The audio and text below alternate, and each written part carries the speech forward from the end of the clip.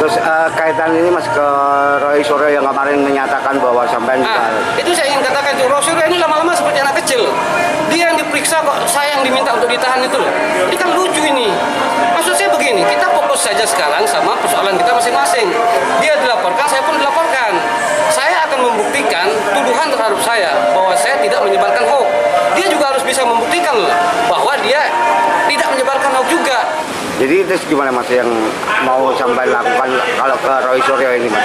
Enggak, saya mau bilang Pak Roy Suryo ini sebenarnya tidak bisa dipegang omongannya. Sama seperti contoh waktu saya podcast sama beliau itu di hari apa itu. Ini kan kita podcast siang. Di depan saya dia mengatakan, "Oke Mas Dian ya, saya pegang. Mas Dian tidak mendapatkan dari Pak Jokowi," katanya. Ini depan saya loh dia ngomong, dia rekam sama orang. Malamnya dia bilang, "Saya ketemu sama anak yang katanya mengaku dikasih oleh Pak Jokowi." Ini kan omongan apa ini begini, kayak anak kecil.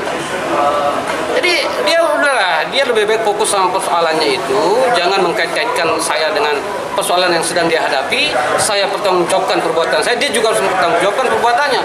Nah, saya ingin katakan sekali lagi bahwa saya anggap laporan itu tidak ada sepanjang saya belum diminta keterangan oleh Baris Krim. Tapi apabila saya diminta keterangan sebagai warga negara yang baik dan taat hukum, saya akan hadiri. Saya melakukan riset seperti yang sudah saya sampaikan, saya melakukan pendekatan sejarahnya. Ada banyak data-data saya yang juga belum saya keluarkan.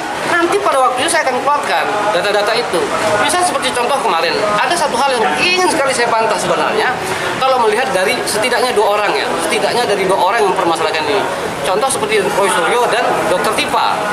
Roy Suryo ini mengatakan bahwa foto yang ada di ijazah Pak Jokowi itu 99,9% itu adalah Pak Dumatno Budi Utomo. Lalu Dr. Tipa berdasarkan keilmuan dia itu mengatakan bahwa dari sisi rahang apa segala macam itu bukan Pak Jokowi, itu adalah Pak Dumatno mungkin siapa yang dia sebut.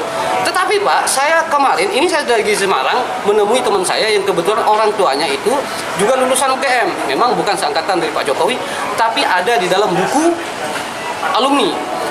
Beliau ceritakan kepada saya bahwa buku alumni ini diberikan oleh kampus pada tahun 1989. Dicetaknya pada tahun 1988, Pak. Ya, buku yang akan diberikan ke saya ini.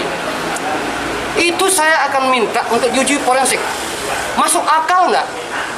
Tahun dicetak 1989, Pak Dumatno Budi Utomo itu lahir pada tahun 1977, yang secara hitungan matematika baru berusia 10-11 tahun, itu yang dipakai fotonya oleh Pak Jokowi jadi buku alumni.